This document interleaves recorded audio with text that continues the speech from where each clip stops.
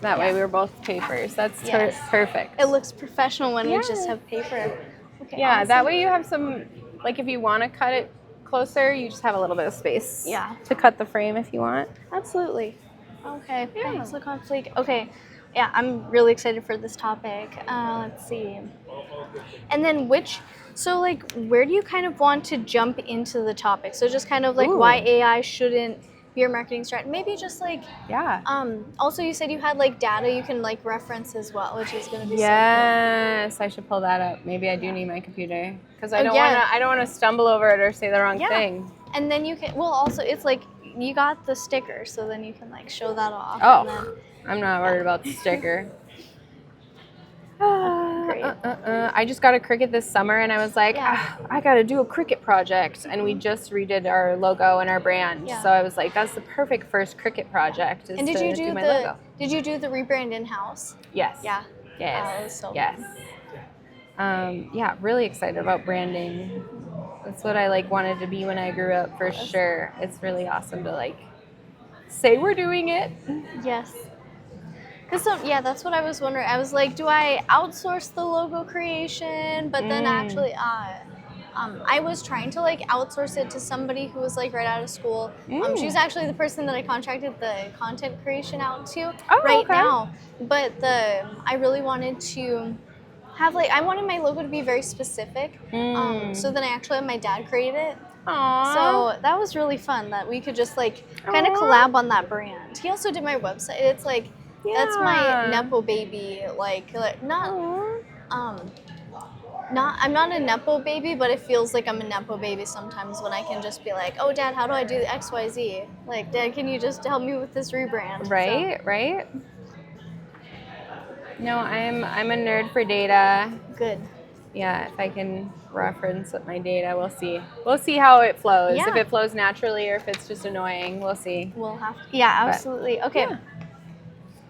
Okay. Hi, my name is Jessie Haas. I am the founder of Delegated Task and the host of the Delegated Task podcast. I believe that everybody has their own unique set of skills, talents, and experiences that make them unique, and that's what I want to feature on the show is business owners in the Fargo area and what makes them unique. So Mackenzie Brimm is our guest today. She is the founder of BRIMM Marketing, and she is a marketing strategy consultant, the lead hype woman of BRIMM Marketing, a Fargo-based marketing and creative agency known as your brand's hype team. With a background in sales, advertising, and strategic marketing across industries, Mackenzie helps small to mid-sized businesses turn scattered marketing efforts into clear, data-driven strategies that actually convert. And today I have the question of why shouldn't AI be your marketing strategy? It is so easy to just log on to ChatGPT and let it just steer your ship with your entire business strategy and your marketing strategy. But why should AI be an assistant instead of an executive in your brand? Yes, that's exactly right, Jessie. First and foremost, thank you so much for having me. Thank you for thinking I'm cool enough as a business owner in Fargo Moorhead to be on this podcast. I want to inspire, I want to mentor, I want to build a community that really has each other's backs and supports each other. So being given the opportunity to support you and your podcast and growing your business as well has been just so enlightening for me and just so fun. So thank you. Yes, thank you. Yes, the topic today that I wanted to talk about was I'm seeing it over and over again with clients or potential clients or businesses in general, just leaning on AI as a crutch and saying, hey, we'll just use AI. We'll use all these tools, right? They're being bombarded with these subscription models for $49 a month. You get all your content, you get all of your marketing, you get everything you need. And unfortunately, with more and more businesses leaning into these tools, it's turning into AI slop. It's just, it doesn't convert. It doesn't do what they're supposed to be doing on social media. We're just being inundated with so much, right, online. And so I want business owners to take a step back and say, hey, AI is not our strategy. That's not the only thing we're doing. We're actually thinking about our business goals, what we want to achieve, and what our audience wants to see versus, oh, our goal is just to post every day or post multiple times a day, and AI will do that. That's wonderful. I'd rather them take a less frequent approach and make content that's actually worthwhile. And yeah, that's just what I'm trying to educate people on, is that AI isn't the only way to do things. Yeah. And we're not here to say don't use AI. AI No. is terrible. Use us instead. No, that's No. just we use AI in our day-to-day, but it needs to be done strategically, and there's a way to do it right, and there's a way to rely on it wrong. And what I keep Exactly. bringing up is there's kind of two main. I'm going to make sure that there's noise cancel. Oh yeah, noise cancellation is on the microphone. Oh, good. Yeah, it's loud in here today. Two main problems that I see with AI is that one, it doesn't have the same context that we do. Yes. And it doesn't have the right memory. So its context is just the information that it's pulling from. And typically, Exactly. large language models like ChatGPT pull from the internet. It's not going to be relevant to your industry. It's not going to be relevant to your business. Yep. And it doesn't have the full context that your brain does. It also doesn't have the same memory. So conversation, it pretends that it remembers every single thing that you tell it, but it continuously makes errors. And it doesn't have the memory to remember every single thing that you feed it, and it's going to be inconsistent every once in a while. So that's at least my argument for AI not being an executive in your business. Exactly. You should use AI as an assistant, Yeah. right? You're the one feeding it the knowledge. You're the one who has that expertise, or you hire somebody who has that expertise. If you feel like you don't have the expertise in what you're trying to use AI for, right? So I agree wholeheartedly. AI is only as good as the prompting, and sometimes, actually, every time it needs more than one prompt. You should not be just ripping off, copy pasting the first answer that AI gives you in most cases. Yes. So let's see. So when you're approaching these businesses and you're working through the strategy, what mistakes do you see when it comes to working with AI? Oh gosh, I see lots of business owners making some mistakes as far as why AI. Let me see. Yeah, you can always take a sec too. I can Yeah. edit out the negative spaces. Yeah, so where does AI fit into strategic marketing? So oftentimes they're relying on AI to be their voice for their brand, right? So this is why we're seeing content where it's like, oh, I feel like I just saw this post. Oh, it's actually the same post over and over and over again, because AI slop has kind of created its own voice, right? A lot of people, consumers, audience members are being educated around how to determine what's AI. Yeah. Overuse of emojis, the M dash, right? Randomly bolding words with meaning. People and consumers can see that. So these small businesses shouldn't rely on it to be your brand voice. It shouldn't be relied on for storytelling. Yeah. It doesn't tell a story. It has very like computer generated way of speaking. It also doesn't think strategically for your specific industry, like you had mentioned earlier. It doesn't speak specifically to your market. It doesn't, without the right prompting, right? Like, so Yeah. we can start prompting it in ways, but you need to start thinking strategically on how you prompt it. And then also it can be helpful. So again, like you said earlier, like we're not saying don't use AI, like use AI. If you are stuck, if you cannot think creatively at all, let's prompt it to start doing some brainstorming for us. Let's use it to draft some things for us. Let's have it create an outline so then you can start building, right? Yeah. It gives us a good, well, let's just get started, right? So then you can keep building that momentum, right? It's for efficiency. We can do a lot more, a lot faster.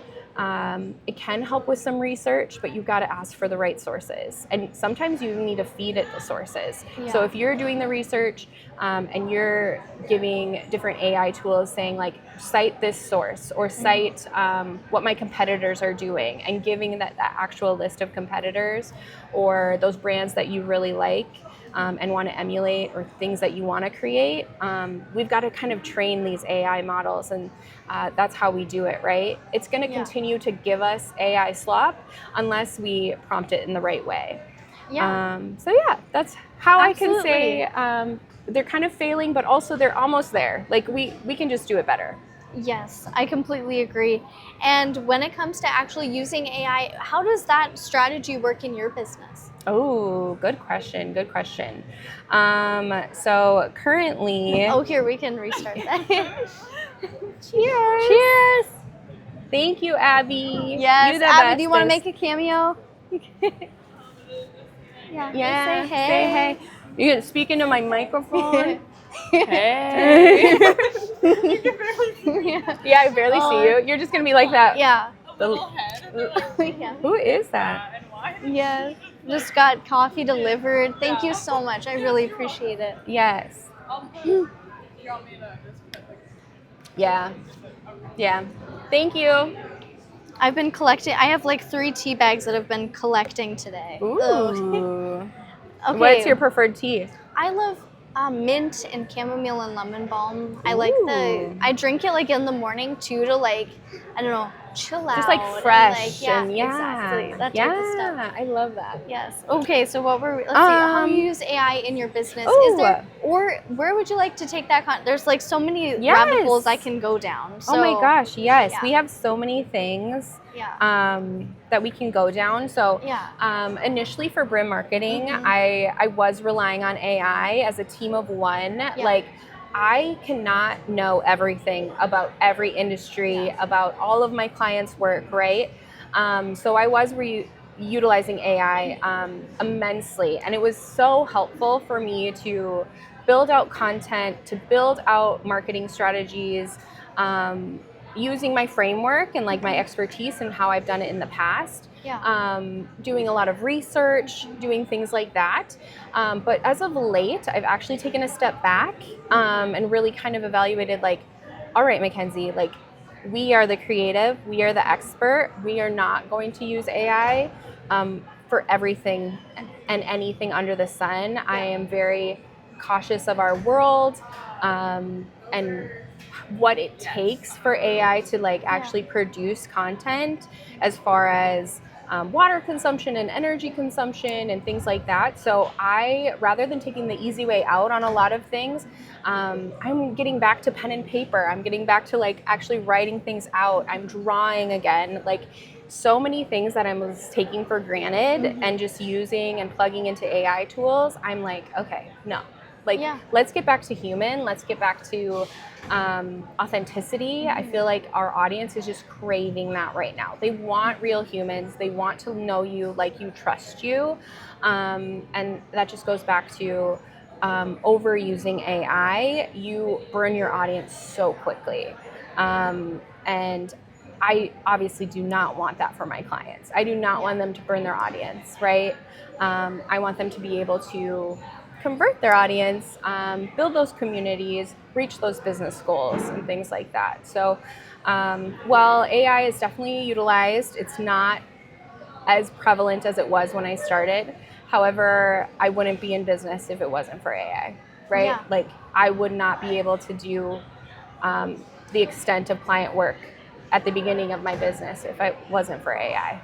Like, I have clients in industries that, like I said, the hours of research I would have had to do in their industry and their competitors and how to show up online in a strategic way, or even in person in a strategic way. I am just so grateful for the technologies that we have, and it's been good, but also it's a learning curve, right? I feel like the pendulum swings back a little bit, and we're kind of in this like adapt stage of like, maybe don't go so far into it, right? And that's just kind of what I'm saying, is like, still have the experts prompting and using these things, and Yeah, absolutely. Because for example, if you were a marketer and you wanted to, if you were to offer a service for accounting, you wouldn't rely on AI to do that accounting work because you can't take over. That's what I have to keep in mind as I build my business. Is I only, you can only offer what you can do, and AI Yes. should just be that assistant. You can't inflate your business and expect AI to just handle it all. You need to have the expertise behind the AI. Do you remember the important. first commercials of AI coming out and telling everybody that they could start a business overnight and anything because they had AI and AI was going to write their business plan and do everything, and now people are realizing oh my gosh, no, that was really poor advice. Yeah. We can't do everything under the sun, right? Yeah. There's still limitations to it, but using it correctly, we can still get there, right? Right. And then on the social media side, I always see posts from AI don't perform as well as posts at least edited by humans. Because if I can, if it's a well-made post that's made by AI and I can't tell it's made by AI, great, that performs well. But if I see a post and it's very obviously just copy-paste from ChatGPT with all the emojis, with all the M-dashes, with all the weird language rules that AI kind of creates, I skip past it. And I heard that you have some data to back up the difference between marketing with AI predominantly versus marketing with supplementation of AI. Yes. So 52% of consumers say that they trust brands less if they feel content is inauthentic. And this is from Stackla, which I believe that number is probably even higher. Also, Google's helpful content. So every single program now online uses AI, whether you know it or not. But the helpful content AI subsection of Google, it's prioritizing content written by humans. That's how they're populating their data. So you'll see a lot of those brands that created a lot of AI content for their website no longer populating on search engines. And so we no longer want to just have ChatGPT or whatever AI engine create our content for our websites anymore. We want an actual human to edit it, right? Because the search engines are smart. The AI bots in all of these other platforms are going to take you off the internet, right? You're no longer going to show up anymore. So they're getting smarter and they're understanding humans want real content. They want humans to write their content. So I think the data shows humans want humans. Yes, and I guess it's a very important point to mention when it comes to the messaging. ChatGPT doesn't have the same. It doesn't understand emotions, and when you're creating messaging, nonprofits would be the best example to show when it comes to emotional storytelling. And when an AI is telling a story, let's say Ronald McDonald House needs to create an ad for their social media. I'm just going to keep using social media as an example.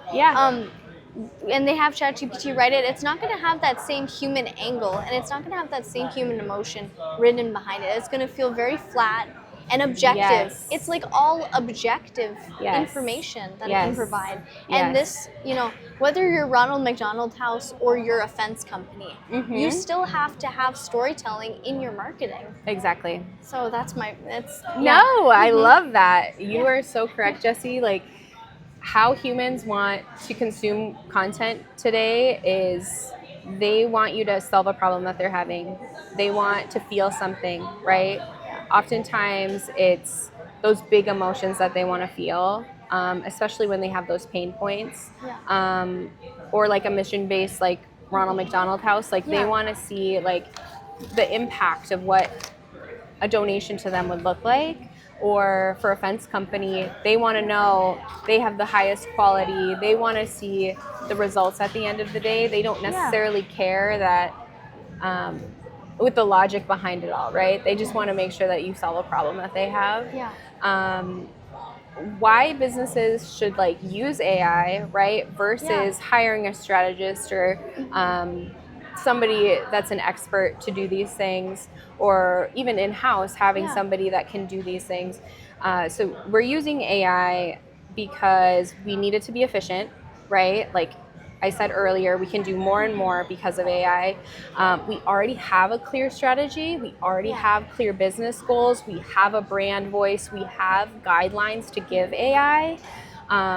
That is how you produce the content that you want to see, right? You can feed AI that emotion. You can feed AI that storytelling. You can feed AI your entire brand as long as it's been consistent, it's already been built up. And you just need to repurpose it. You just need something, right, to hit all of those checkpoints. Why you would hire somebody like me or somebody like Jesse to execute on a strategy would be that you don't have a strategy, right? Like you don't have your positioning, you don't know your angle, you don't know your audience, you don't know your brand voice. You're not seeing ROI on anything that you currently have, right? Like it's ineffective what you're currently doing, or you're growing and you're ready for that next stage. You're ready for what that could look like for you. So there's reasons why you're seeing these businesses kind of, like I said earlier, the pendulum of like, oh, we invested so much in these AI platforms and let go of humans, right? So we saw a lot of businesses let go of a lot of creatives or a lot of writers or a lot of people with that expertise because they thought AI could replace them. They're kind of swinging back and realizing, hey, we need to invest in marketing and we need to invest in those real humans. We don't have that documented strategy. We weren't able to feed the AI system correctly and we're not seeing those results that we were looking for. So yeah, I would say the brands that show up consistently are the ones that are going to see tenfold their investment into marketing. And AI just helps you be efficient in that, but it doesn't create all of those things for you. And you mentioned, so I feel like it's a very important note to add how important AI, how to use AI as you're starting your company. And I'd love to chat about your backstory and your rise to fame, as I call it. And like, where did BRIMM Marketing come from? Where did you start? And then also, like, inject in there how you used AI to take you to where you're at right now. Oh my gosh, yes. So BRIMM has been a long time coming. If you haven't seen already, context clues, BRIMM is my last name. So from a baby, no, I'm just kidding. Your mom knew that you were going to start that company. So she gave me this name. No, I've always kind of had this itch for entrepreneurship. I've been a leader through everything. Take myself as like, I want to influence people. When I was younger, I wanted to be a pop star. Like that was it. I wanted to go be a pop star, and then realized that means I have to be on stage, and like that was really scary. And then I thought maybe I need to find something more practical. So then for a while I wanted to be a lawyer, and I was like, oh, that's cool.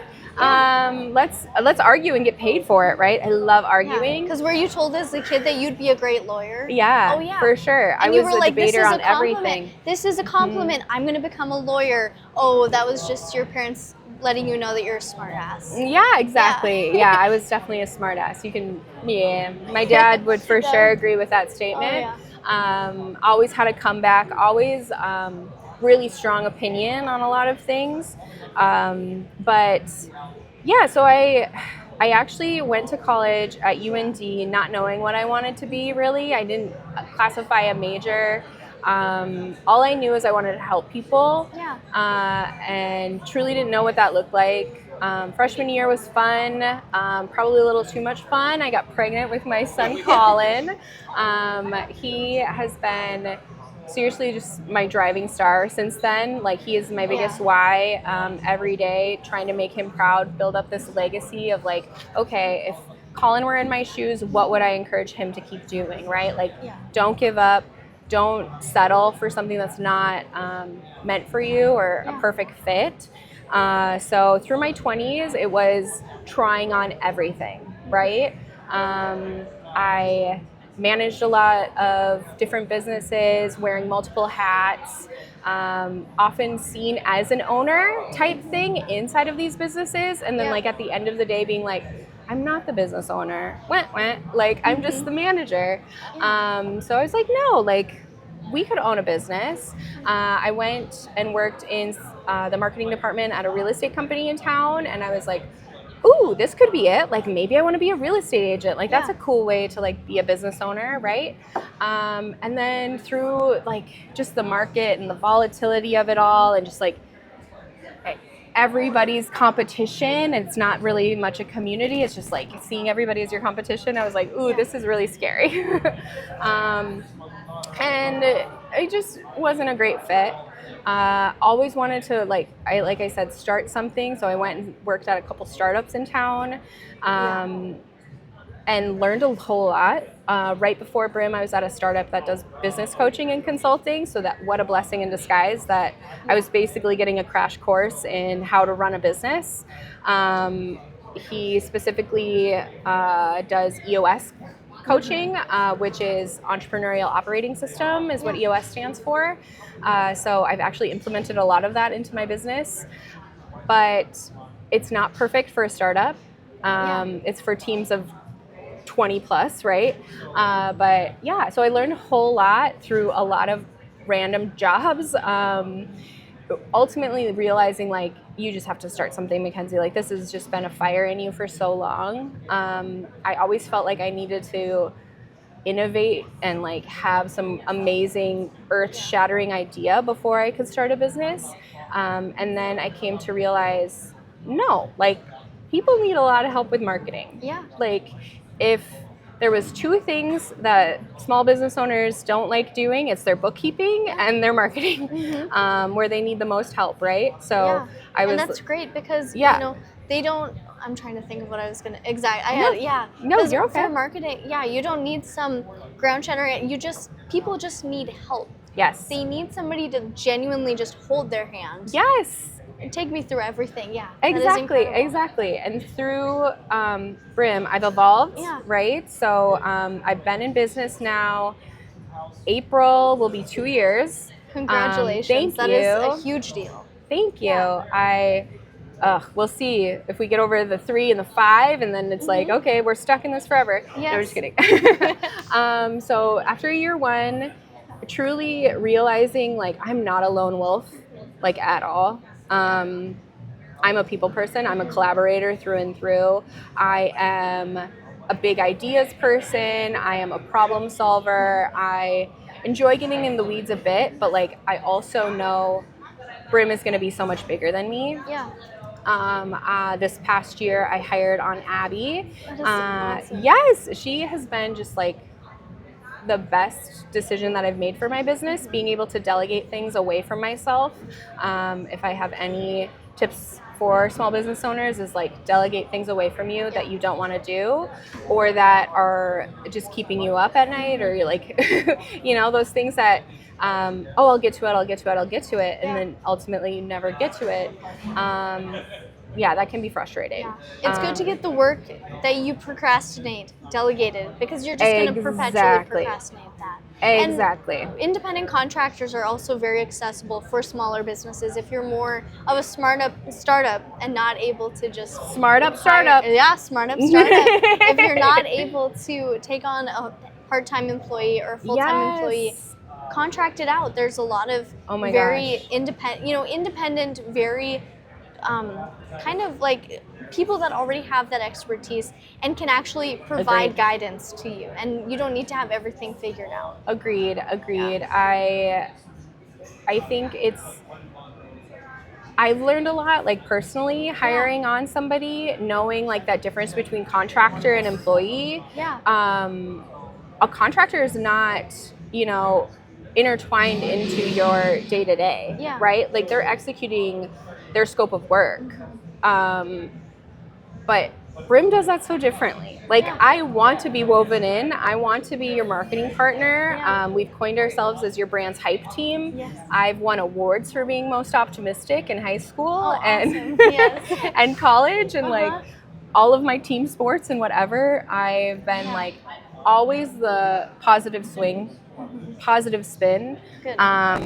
probably to a fault. I've actually learned that there's such a thing as toxic positivity, Oh, and really? that's probably me. I'm too positive all the time.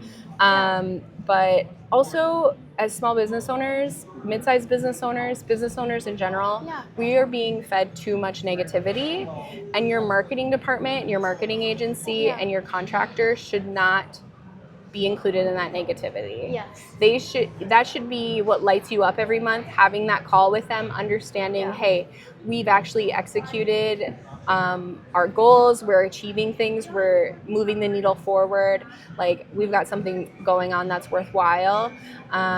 So yeah, I like, since hiring Abby, and like her first project with me was developing our brand into its next phase, and like what we are, and coining ourselves as your brand's hype team, and she's like all on board with that, and That is great. fully leaning into our brand messaging and how we show up online ourselves. Like, before that, being a freelancer, you forget about that. Like, you don't market yourself. You don't, as a business owner, it's hard to do everything, right?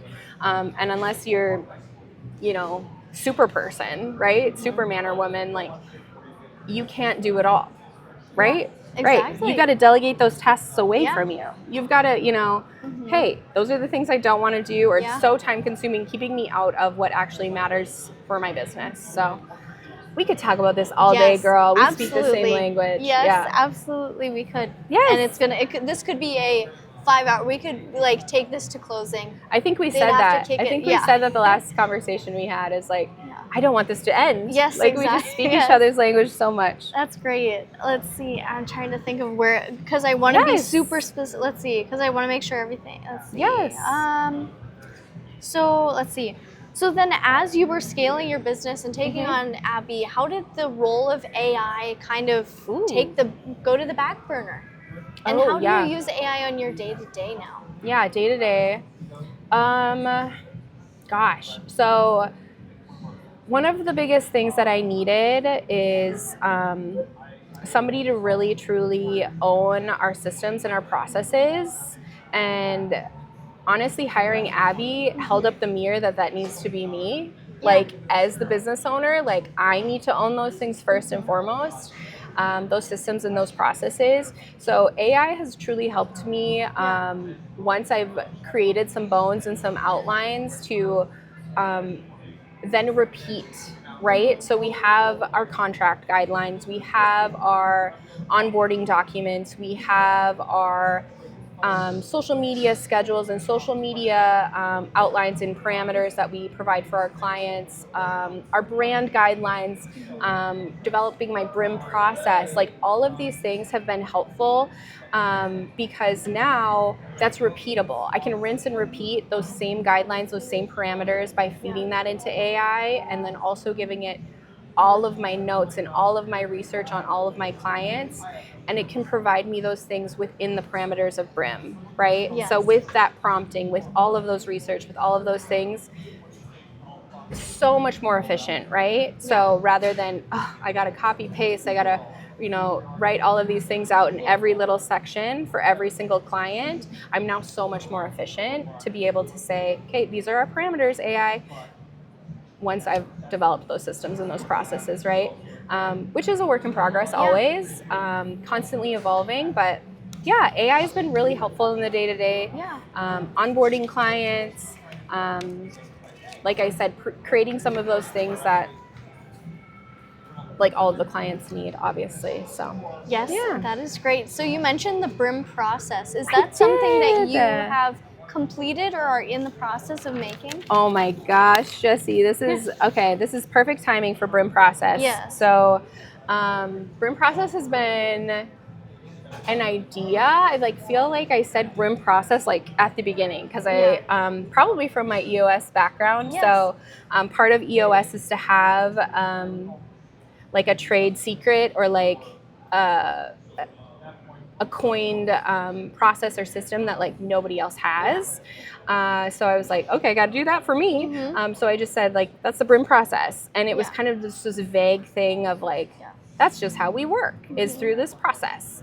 And since well, it's been a work in progress before Abby, but after Abby, and then even just this last quarter, I've actually hired on another consultant to help just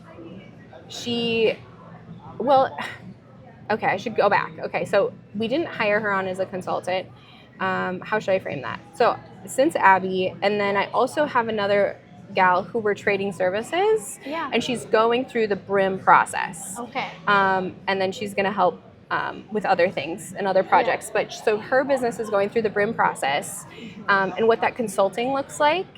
And then we've actually most recently taken a client outside of that through the BRIMM process. Nice. So the BRIMM process is how we've kind of outlined our consulting for the first, it can go as fast or as slow as you want, but probably like the first 6 meetings of working with a client. Yeah. And we truly outline, so I'm so creative, I made BRIMM an acronym.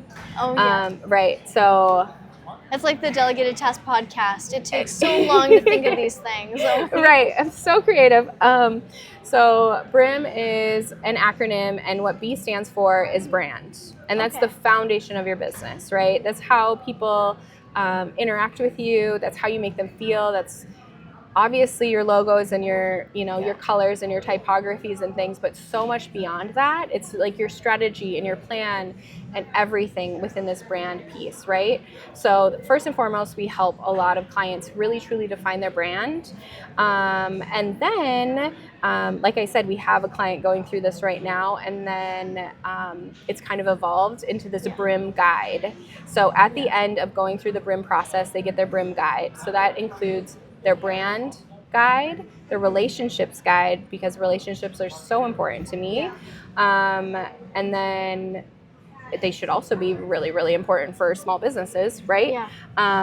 And so that's kind of our philosophy, is really highlighting those relationships, and that can be audience members, that can be business partners, that can be vendors. Like, when you think relationships, it's endless, right? So really helping them with that relationships guide. And then none of this matters if we're not making an impact, right? Mm-hmm. So the impact guide is where we take our clients through what's actually going to push the needle forward. Those key performance indicators of, okay, is it social media strategy? Is it sales? Is it advertising? Is it truly interactions every day? Like, what are we measuring that matters for our business? So that's your impact guide. And then obviously media and messaging. So when you think marketing, you're thinking media and messaging.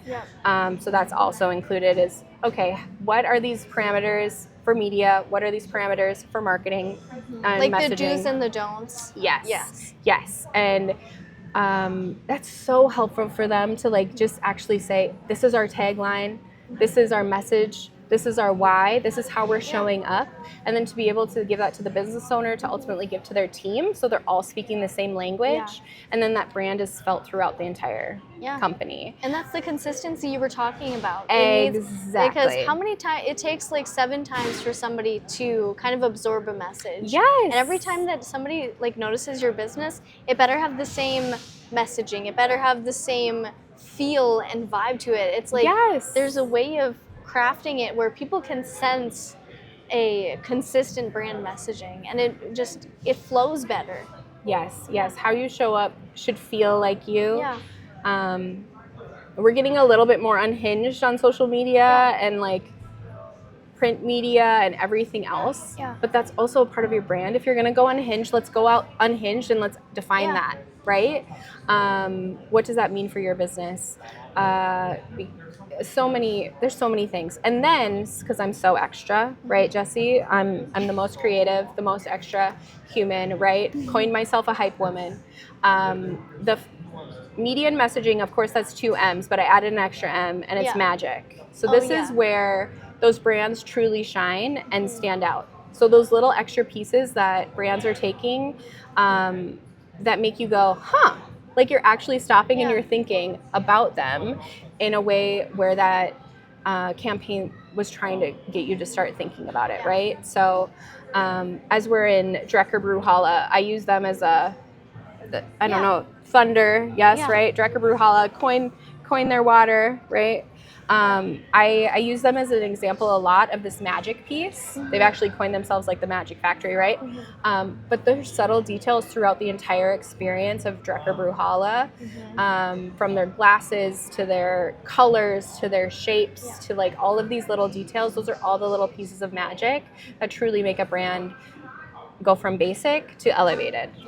Right? And get your fans to start being fans and being loyal and like excited about you. So yeah, going through this entire BRIMM process has been so fun to like define. It's been a baby and now it's turning into a whole guide for my clients, and it's just been like so rewarding to see this come from just like my little baby brainchild to now it's got legs and it's walking and it's soon going to be talking, and that's so exciting to see such a giant project come to fruition like that. It's kind of like you see all these dominoes falling, everything's like up in the air and you're juggling all these balls, but then you can finally just take a step back and look at how everything has turned out, and that's such an incredible moment. And then you mentioned that you let's see, I want to make sure, do you want to put a limit to how many people do the call to action promotion thing? Sure. Yeah, let's do 10. Okay. Yeah, how are we doing for time? Round it out. Okay, awesome. We're good. So also, if you want Mackenzie to be your brand's hype woman, or at least you like to see what her style is like and what the BRIMM style is like, if you want to see what, I'm trying to think, And also, if you want Mackenzie to be your brand's hype woman, you can try it out. The first 10 people that sign up, let's see, I'm trying to think. So, do you want to just plug? Okay, I'll just say plug your. Sure. Okay. So I also have something for Mackenzie to promote in this episode. Let's see. So if you also want to see Mackenzie and how she can help your brand out, she also has a special offer going on. Can you tell us a little bit about that? Yes. So first step, I love giving back. I love helping these small business owners, mid-sized business owners truly think about things more strategically. Because you're amazing and because I'm sure your audience members are so amazing, I want to offer them a free strategic marketing consultation. That'll look like 30 minutes of me truly trying to dissect and operation style plug out all of these gaps in their current marketing strategy, for them to stop feeling so overwhelmed with their marketing efforts and really start thinking through it more clearly, more strategically, right? So during that consultation, like I said, we're kind of going to audit what's currently happening for marketing activities, and then I'm going to identify those gaps, and then they'll walk away with like truly 1 to 3, hopefully more things that they can start implementing in their business. Like I said, I just want to give back. I want to help these small businesses, mid-sized businesses truly start pushing their needle forward. And like you said, it's a good just introduction to me. Like if they like my style, if they want a hype woman, if they want the positivity in their lives, they'd be a great fit for me. But I'm not going to be everybody's cup of tea, and that's okay too. Like we're learning, right? As small business owners, like not everybody's going to be a perfect fit, and that's okay. Thank you for that offer, and I think that people are really going to benefit from that. And it's great to just be able to slow down for a second and take that moment to assess things, because small business owners get caught in that day-to-day operations and they never have that time to just sit down, assess things. Where am I going? Let's just take a breath. So, being stuck in that day-to-day and not seeing like, what's the vision forward, and like what are we working towards? You deserve the time away to start thinking about it. And what data, so when we're looking at the data of creating these campaigns, what should business owners track to grow your revenue, and not just followers? Because it's easy to get caught up in the vanity metrics. Is it effective? Where is your time going? Because small businesses don't have that much time, and it's hard to figure out where to put your eggs in which basket. You are so right on that. Let me double check where that answer is.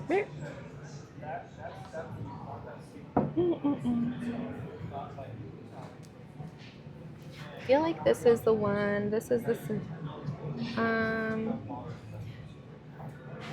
So yeah, we as small business owners and marketers need to start. Like we're so creative, right? We have so many ideas, right? Yeah. But it doesn't matter if it doesn't convert and it's not actually being measured. What I find a lot in these small to mid-sized businesses is they're actually not tracking any data. Yeah. So that's like first and foremost biggest mistake.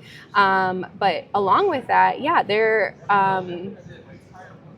not tracking that data doesn't allow them to really truly understand what's working, who's engaging with them, and then where they allocate budget, right? So they oftentimes are saying, okay, well, this is how it's always been done, right?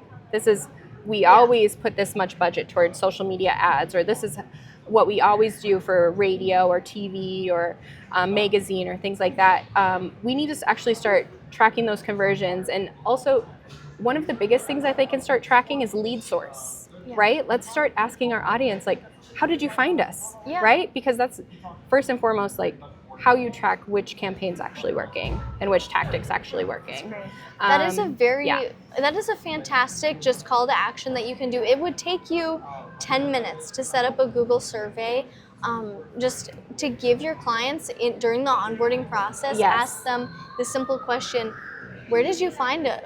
Where did you hear about us? That would be such a great thing to just do if you already haven't. Agreed. And if they do one thing, okay, beyond just tracking, they need to start measuring, obviously. Yeah. But beyond that, they can do like a little sprint for their marketing strategy. Okay, so they got to think of a goal, right, for their business, whatever that might be. Okay. Let's say Thunder Coffee's goal. It's Thunder Coffee's goal is to get matcha consumption more than coffee, like more people ordering matcha than coffee. Ooh, love that. Okay, sell all the matcha. Okay, so they need to track their sales, right? Yeah. And they need to ask, okay, why did you come here and buy a matcha today? Yeah. Like, how did you see that we're pushing matcha so hard? And then they need to, if they're doing advertising, they need to really track who converted, right? So the cost per lead, as the marketers would say. And then they need to double down on what's working really, really well, which Thunder, everything's working really, really well. They're doing a great job. But yeah, which outlet is working really, really well, which form of content, which media source is working, they need to track that. And then they need to absolutely stop with what's not working, right? They don't have time for it. In an analogy of another small business, like, stop doing what you've always been doing just because it's what you've always been doing. Actually start tracking it and ensuring that, it's worthwhile for your time and energy, for sure. And it's so important to get that focus as a business owner because you have such limited time, money, resources, everything is limited. So being effective with where your time is spent, it's going to do wonders. Have you heard of this 80-20 rule? I think so, yeah. Yeah, so 80% of results come from 20% of your efforts. Yes. Right? So we need to start maximizing those 20% of efforts so that, we have higher results. Yes. But that is great information. So what is the difference between vanity metrics and meaningful? I think you already covered that. We've talked a little bit about like what's truly meaningful as far as metrics to track. At the end of the day, impact, reaching your goals. So if your goals are to actually convert people and sales, that's what you need to track.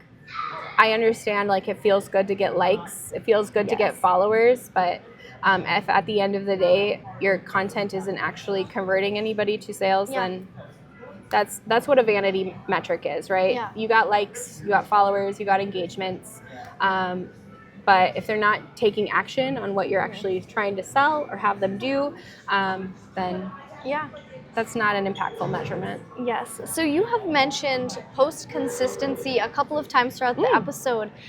The Gary Vaynerchuks and the Alex Hormozis of the world tell you push out as much content as possible. Yes. Do you agree or disagree? I am on the opposite spectrum. Okay. Yeah. I love my guy Gary Vee. Love Gary Vee. Also love his like rebrand lately. If you follow Gary Vee, he's very much into the why. Yeah. And like he's just been so like in his feels lately. If you watch his videos, I watched him tell a gal, she goes, someday, Gary, I'm going to be somebody. And I'm going to, whatever her big vision was. And he held her hands and goes, you are somebody right now. Yeah. And I was like, and then we all start crying. God. Yes. Like, I love Gary Vee. But again, going back to this idea of intention with social media, and that your audience is burnt out. They are over consuming all the time. I would rather your content be effective and quality versus the masses. Like, if you're depreciating your quality because you want more posts, like it's not worth it to me. And then especially in our market, like, consistency. If you even post on social media, you're doing better than all your competitors in our market. Like, like I feel like there's so many businesses still not tapping into different social channels. So I am opposite. Do not post all the time because Gary Vee and Alex Hormozi said so. Post effectively and to actually strategically move the needle forward. Yeah, and of course you absolutely can post to the level that they do, but they have millions and millions of dollars in their marketing budget to do that right. And they also have a team. It's not them who's posting that. You do not need to compare yourself to these ginormous brands. You need to compare apples to apples. So when you wake up every day and you're like, oh my gosh, I'm not a viral influencer, it's like, yeah, because you're just a team of one owning a little small business. Like, you don't need to be a huge, massive influencer. You just need to influence your audience. So over and over again, I tell my clients, so what? We didn't go viral on that post, but guess what? You talked to those 2 people that needed to hear that message, and they're converted, and they bought into your offer or your service. That is great. So when you're collecting this data from the people that you're contracting out to, how do you make sure that that data is relevant? And how do you package that for them? Gosh, that is a great question. So the data relevant to them, I think that's really truly in those first sessions. We truly define their business goals, what they're trying to achieve and move forward. And I also encourage them not to pick too many at once, because oftentimes your audience can't take in multiple messages and they're confused, right? So let's pick 1, 2, 3 big goals, and let's focus on that. And then how we define like KPIs, like I said, the impact. It needs to convert. It needs to like lead to actual things that are going to improve. Whether you're a service-based company needing consultations, whether you're a product-based business that just needs sales and like people purchasing your item, like that's what matters at the end of the day. So those are the biggest KPIs. And obviously we're still going to track the vanity things. We want to ensure we're continuing to build that community and those followers. And like you said earlier, they need to see that message plenty of times before they actually convert. And I feel like vanity metrics are so like, ick, why would you even want those? But that's your brand awareness. It's like social media like hits a few different spots on the marketing funnel, but those vanity metrics are at the very top of the funnel. So it still is important in your social strategy. Agreed. It is very, very important. And the algorithm likes a page that has followers. Likes a page that has some people that are engaging. So we want to play into those organic metrics and those things that the algorithm's going to like. And then unfortunately most platforms you got to pay to play on. We want to also ensure we've got some ad spend out there too. And what is the difference between a strategic campaign and just posting? Gosh, right? I feel like when a business is just posting to post content, like Happy National Cupcake Day. Oh my gosh. If I see another Happy National Cupcake Day. Okay, I had an answer prepared for this one. Okay. So what separates strategic campaigns from just posting consistently? Strategic campaigns, like, I keep saying like and Oh, so that's okay. so No, sorry Descript with all edits of it my. out. Oh, good. Yeah. Okay. It does it for me. Descript saves me hours of my Plug month. Descript. Yes. Woo. Okay. It's like $40 each month, and it saves me probably 5 hours editing podcasts. So Hey, props to AI. yeah, exactly. There we AI go. changing the world, doing Yes. good things, doing the jobs we don't want to do. However, it can't take away the human from things. That's okay. Exactly. So my answer includes strategic campaigns. You're truly defining your audience. Yeah. I feel like oftentimes small business owners get stuck in this lens of anybody and everybody could be a part of their audience, and they don't want to disclude somebody. And I challenge that in saying, sure, we can have multiple audiences, but like this campaign and this specific post, you should be talking to one of them, not all of them. Yeah. So you need to have an audience, you need to have a goal. So what do you want to have happen with this strategic post? Oftentimes we're like, oh yeah, happy cupcake day, just because we needed to check a box that we have 5 posts in 1 week. Yeah. And it's like, that's the only goal? Like, no. Like, that isn't moving the business forward at all. Also, to be strategic, it has to have like a funnel structure. If, like you said, if it's for brand awareness, perfect, top of funnel. If it's to convert, bottom of the funnel, right? And then they need to be going somewhere, taking action. Funnels today are so much different than what they were 5 years ago, 10 years ago. And that's probably what I learned in school was what was happening 5 Yes. years ago. So could you elaborate on that? Yes. So funnel structures, the less clicks, the better. People do not want to go click off platform even.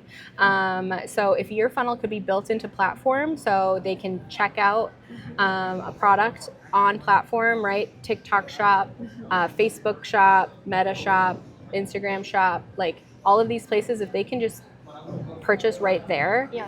it's built in to their system. Also really cool. Do you have Prime Video? No, I don't. Okay, so I was watching Prime Video the other day and there's an ad. Yeah. I can add it to my cart Really? and like check out. Yeah, I was All like in app. That is incredible. Right, from my TV screen. I can just be like, okay, laundry detergent, let's go. I'm like, that was so convenient, right? Yeah. So like the funnel looks so different, right? You're not, of course, there's brand awareness, but like those conversion things need to also have an opportunity on platform. If it can't be on platform, the least amount of clicks possible. Yeah. And also this can be seen even if you're a service-based business. Yes. What does your onboarding process look like? What is the ease of access to those services? Yes, exactly.